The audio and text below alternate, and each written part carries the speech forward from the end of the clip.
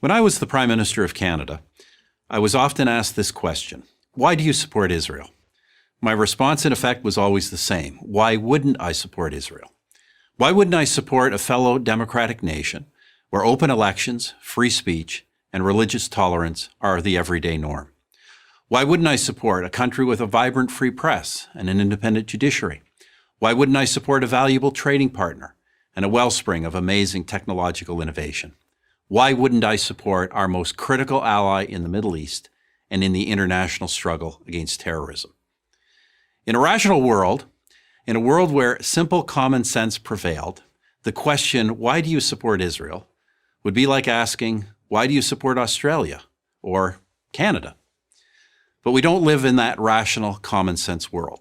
So the case for Israel has to be made over and over. I, for one, am happy to make it. Let me start with this. Every military action Israel has ever taken has been to protect itself. Israel is not an aggressor state. It's a defensive state. This has been true from its founding to this day. As a fledgling nation in 1948, Israel was immediately attacked by its Arab neighbors. Their goal was not to contain the tiny new country. It was to annihilate it. No nation came to Israel's aid. Not the United States, not my country, Canada, not the United Kingdom. No one. They all thought Israel would lose, but it didn't lose. It won. In 1967, Israel's neighbors again sought to utterly destroy the Jewish state, a nation that had then existed for 2 decades. Again, Israel prevailed, and it survived another all-out attack in 1973. Those are the big wars, but I'm not sure there's been a single day in Israel's entire history when some act of terror has not been waged against it, inside or outside its borders. There have been 2 bloody waves of terror, so-called intifadas, in the late 1980s and the early 2000s, when Israelis were blown up on buses, at pizza parlors, and celebrating weddings.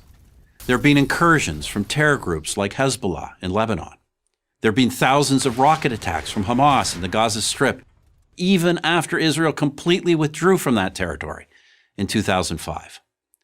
In between the wars, in between the terror, Israel has sought peace with its neighbors, and it has achieved peace treaties with Egypt and Jordan. For others, however, every Israeli gesture for peace is met with incitement and violence. I recount this history for one reason.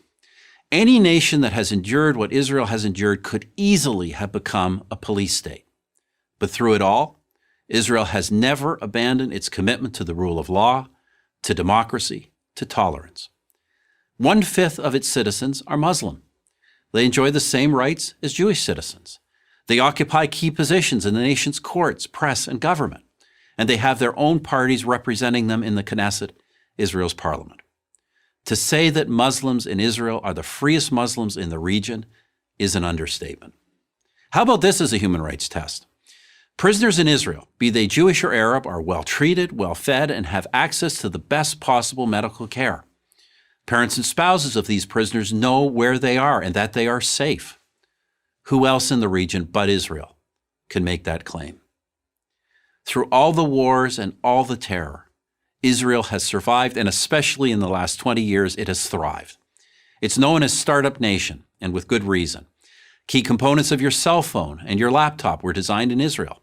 A drug or a medical device that has saved your life or the life of a loved one may have been developed in Israel. Yet there are leftist politicians, activists, artists, academics, and college students who devote their lives to denouncing Israel, calling for boycotts, demanding it be cut off from academic and professional societies. Do they denounce the Palestinian leadership that hasn't held an election in well over a decade?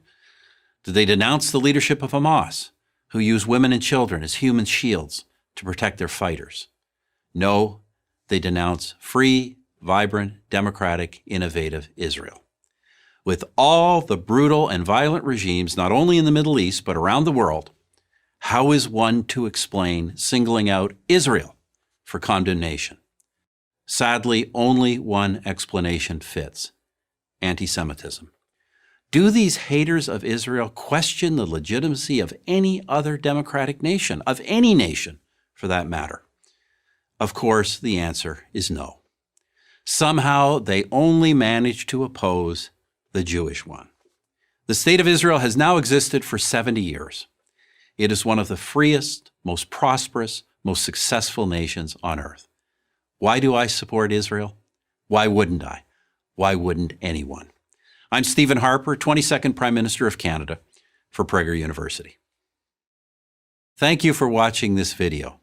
To help keep PragerU videos free, please consider making a tax-deductible donation.